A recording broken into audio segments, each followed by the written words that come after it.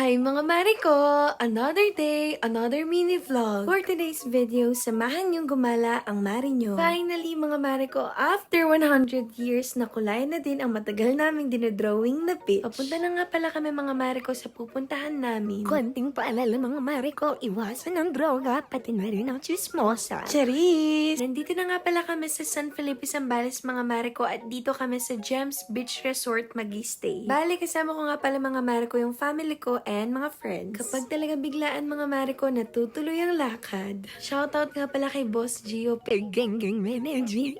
Napakaganda nitong pinagstayan namin mga Mariko dahil tapat niya mismo yung beach. And sobrang ganda din dito mga Mariko. Napaka-peaceful and ang sarap lang mag-relax kasama yung family and mga friends ko. And eto talaga yung much needed break na kailangan ko para makapag-unwind mga Mariko. And sumakto pa mga Mariko na maganda ang panahon ngayon. Pero syempre, bagong lahat, kumain muna kami. Kaya tara, sabayan niyo po kaming kumain. Etong quick trip namin mga Mariko, biglaan lang talaga ito. Plinalo lang namin siya kagabi at madaling araw umalis kami at paggising namin, nandito na kami sa Zambales. Totoo nga naman kasi mga Mariko na kapag biglaan mas natutuloy kesa kapag plinano nyo, napakatagal bago makulayan. Sino nakaka-relate? Taas ang kamay! Sobrang peaceful lang talaga ng vibe dito mga Mariko, lalo na solo namin yung beach kasi pumunta kami weekdays, wala talagang masyadong tao. And kitang-kita nyo naman mga Mariko na nag-enjoy talaga ang Mari nyo. Talagang sumabay pang panahon mga Mariko, hindi masyadong nakatirik ang araw.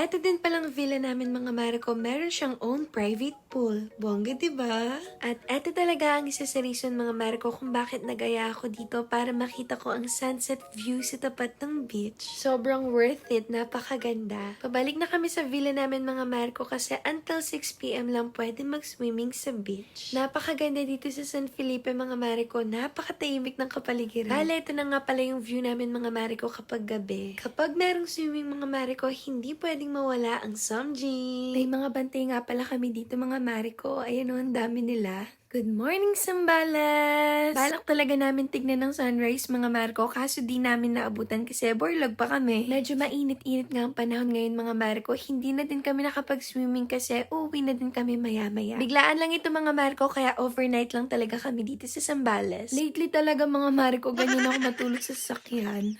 And syempre, bago matapos ang araw na to, nag-decide muna kami kumain sa Orange Bucket. Favorite ko din talaga ang seafoods mga Mariko, kaya dito na rin kami nag-decide kumain. Ganyanwari makikita ko mga Mariko, talagang mapaparami na naman ang kain ko nito. Sira na naman ang diet ni Maring Gwen. Kaya tara, sabayan niyo po kaming kumain. Shoutout nga pala sa maganda kong makeup artist, si Mami Pipay. Kasama ko nga din pala si Tito Ferds, nag-reunion kaming tatlo, finally. Nagda-diet talaga ako mga Mariko, pero dahil seafoods ang nasa harapan ko, bukas na lang ulit ako magda-diet. Promise! Talagang nabusog kami, kaya thank you po Lord sa pagkain po sa harapan namin. At dito ko natatapusin ang aking mini vlog. Thanks for watching! Bye! Mwah!